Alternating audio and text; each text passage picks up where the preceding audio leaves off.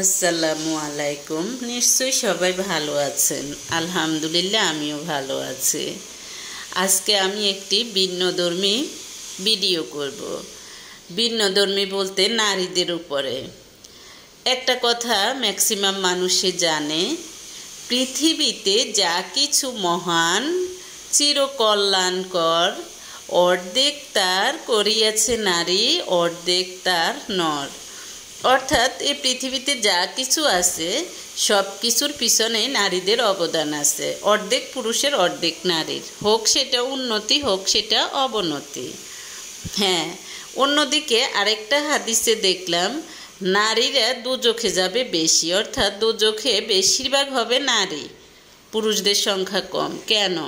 হ্যাঁ, নারীরা গীবত, মিথ্যা, তারপরে গুজব রটানো, এগুলো নারীদের অংশ বেশি। তারপরে বিশেষ করে যে কোনো খারাপ কাজ বলতে কি, যেমন এই যে বলে পরকীয়া, এইটা সেটা, হ্যাঁ, বা যে কোনো ধরনের খারাপ কাজগুলো আছে, নারীদেরকে সহজে পটানো যায়। হ্যাঁ, পটানো যায় কোন ধরনের নারীদেরকে? লোভী নারীদেরকে পটানো যায়। সবাইকে পটানো যায় না। যাদের ভিতর লোভ আছে তারা পরকীয়ায় পড়ে, তারা অন্য পুরুষের প্রতি আসক্ত হয়।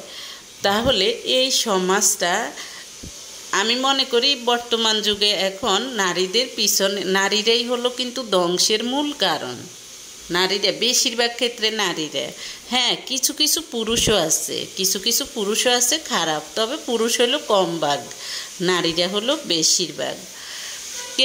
এগুলো কেয়ামতের লক্ষণের মধ্যে সবই আছে, এবং বেশিরভাগ কেয়ামতের লক্ষণ দেখাও যাচ্ছে। হ্যাঁ, এবার কেন বললাম, আবার বিশেষ করে যেমন পলাশের আত্মহত্যার মধ্য দিয়ে, তাও নারী সমাজ কলঙ্কিত, হয় স্ত্রী না হয় মা, দুজনে। অনেক খতিয়ে দেখার পরে দেখা গেল যে মায়ের দোষটা পরিমাণে বেশি, স্ত্রীর দোষটা একটু কম। অন্যদিকে আগে কিন্তু নারীদের, পলাশের এইদিকে কিন্তু বোনটা নির্দোষ বলতে কি, অনেক পরিবারে বোনদের ইন্ধন থাকে। যা বোঝা গেল পলাশের বোন কিন্তু ভালো বোন, একজন আদর্শ বোন।